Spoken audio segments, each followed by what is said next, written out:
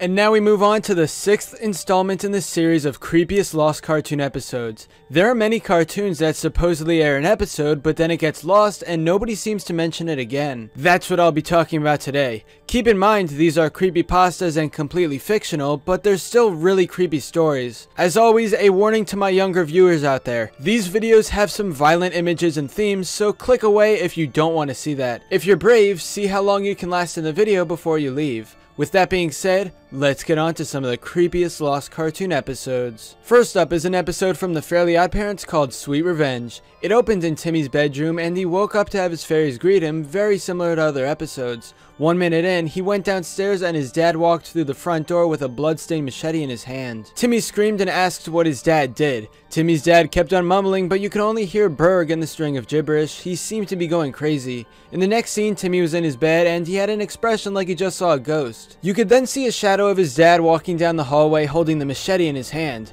Cosmo warned Timmy and then they tried to poof away, but Timmy's dad burst through the door and attempted to kill his son. The knife didn't hit Timmy, so his dad instead turned around and gouged out Cosmo's eye. Cosmo let out a throat-shredding scream as blood poured out. The next scene had Timmy teleported to downtown Dimsdale, possibly by Wanda. Timmy picked up a payphone to call the police, but his dad's voice was on the line. The episode changed scenes and Timmy woke up in bed like nothing happened. He only heard Wanda's crying and then saw that the machete was still in Cosmo's skull. There was a pool of blood forming under his head on the floor. Then Cosmo's eyes suddenly turned red and binary code flashed across the screen. When the end credits showed, the narrator looked up what it meant and decoded the message to this: "He was first, you are next. When you see the red light, you will die." The first season of SpongeBob SquarePants is loved by many, yet nobody ever talks about a secret episode in it called sponge.avi. In this story, the narrator came across a virus and it took him to a site where there was a black background and a huge button. He clicked it, which resulted in a download of a file called spongecry.avi.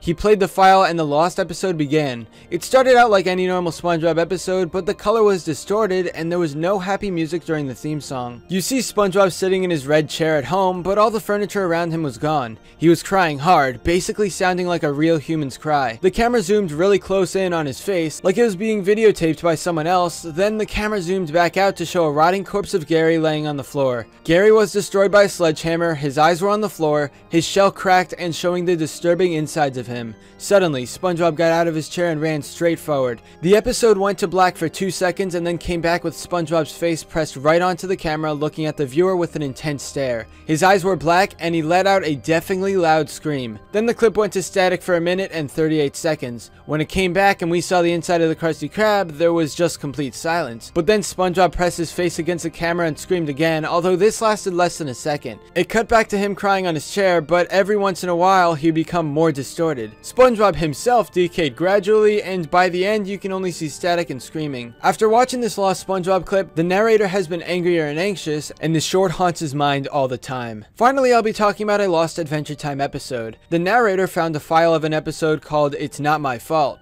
It was a full 30 minutes instead of the normal 11. He clicked it, and as you'd expect by now, it starts out colorful, and nothing was really out of the ordinary. We see Finn chasing Jake around their treehouse because Jake had found Finn's diary. Eventually, penguins break through the wall and start to carry Jake away. However, the penguin doesn't answer Finn when he asks what they're doing. It is learned that the Ice King is still kidnapping princesses, and that the penguins thought a princess was at the treehouse. Next, there's a big scene with Finn and Jake going to the Ice King's fortress surrounded by his army of penguins. The Ice King says that Princess Bubblegum will either marry him or he will kill every other princess. Because she's so noble, of course she would be forced to marry him. Finn explodes in a rage of violence and unleashes a mighty scream as he knocks the Ice King to the ground and draws his sword. Finn continues to shake in anger even after he pins the Ice King down and the Ice King admits defeat.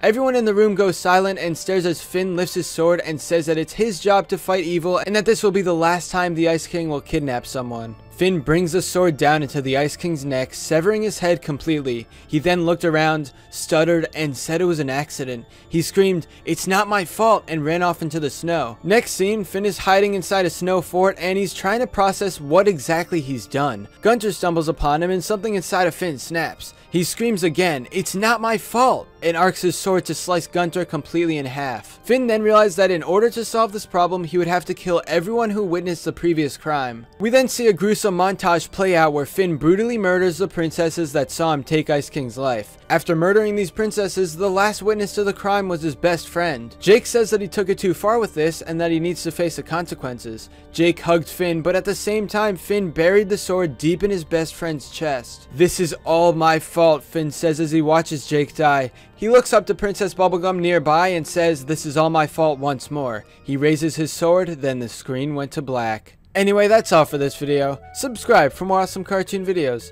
Give a thumbs up and comment below to let me know what you think. Thanks for watching, and I'll see you guys next time.